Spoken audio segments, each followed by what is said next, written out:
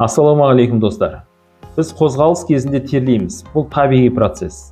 Бірақ шамадан тыс терлеу және де жағымсыз иістердің пайда болуы, сол аймақтарда зуд және де қызару сезімдерінің пайда болуы, бұл сол аймақтағы бактериялар мен грибоктардың белсенділігінің белгісі болып саналады. Көп адамдар иіс суды дезодоранттарды пайдаланып, оны жабуға тырысады. Бірақ бұл уақытша ғана және де негізгі себептің күшеюіне алып келеді.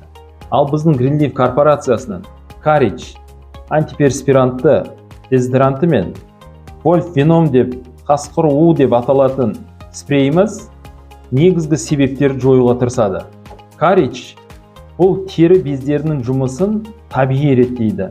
Теріні құрғатпайды. 24 сағатқа дейін терлегіштікті басады.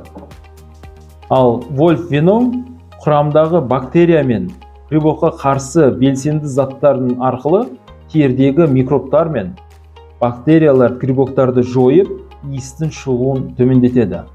Қолданатын кезде азында кешке қолтық аймағыңызды жуып болғаннан кейін міндетті түрде бірінші спрейді себесіз.